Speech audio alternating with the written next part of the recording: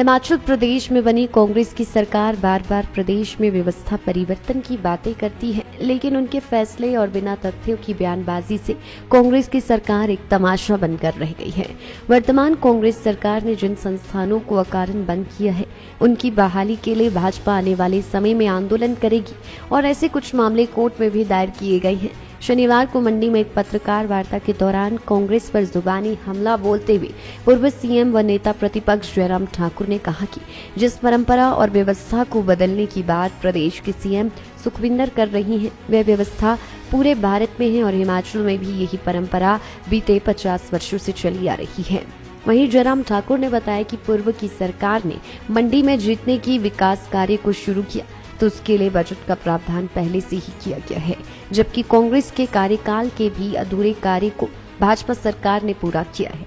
कि आप देखो सही, आंदोलन करेंगे और सारी चीज को लेकर के सरकार को बेनकाब करेंगे। सबसे पहली बात तो यह है कि जो फैक्ट से रख रहे हैं कि बजट प्रावधान के बिना बजट प्रावधान क्या है?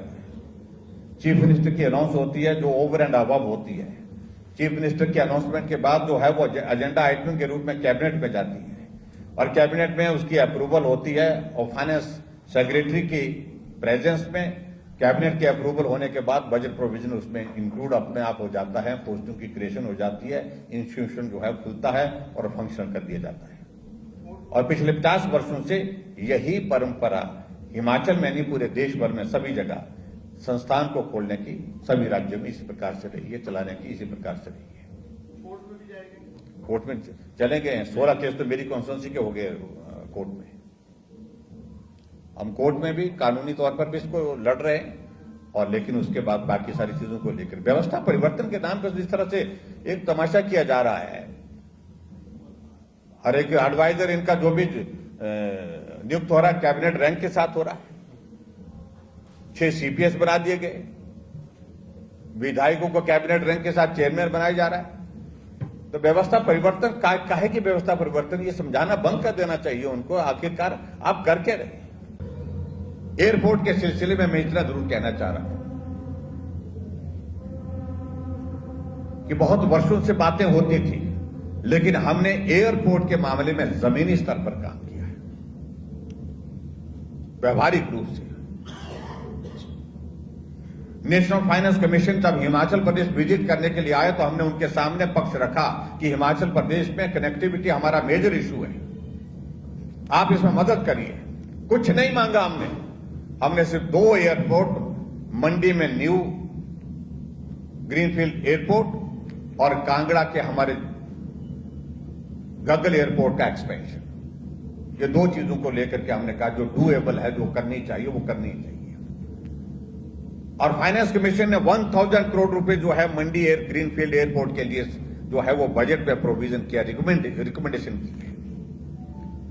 400 करोड़ रुपए जो है कांगड़ा के एयरपोर्ट के एक्सपेंशन के लिए क्या रखा है।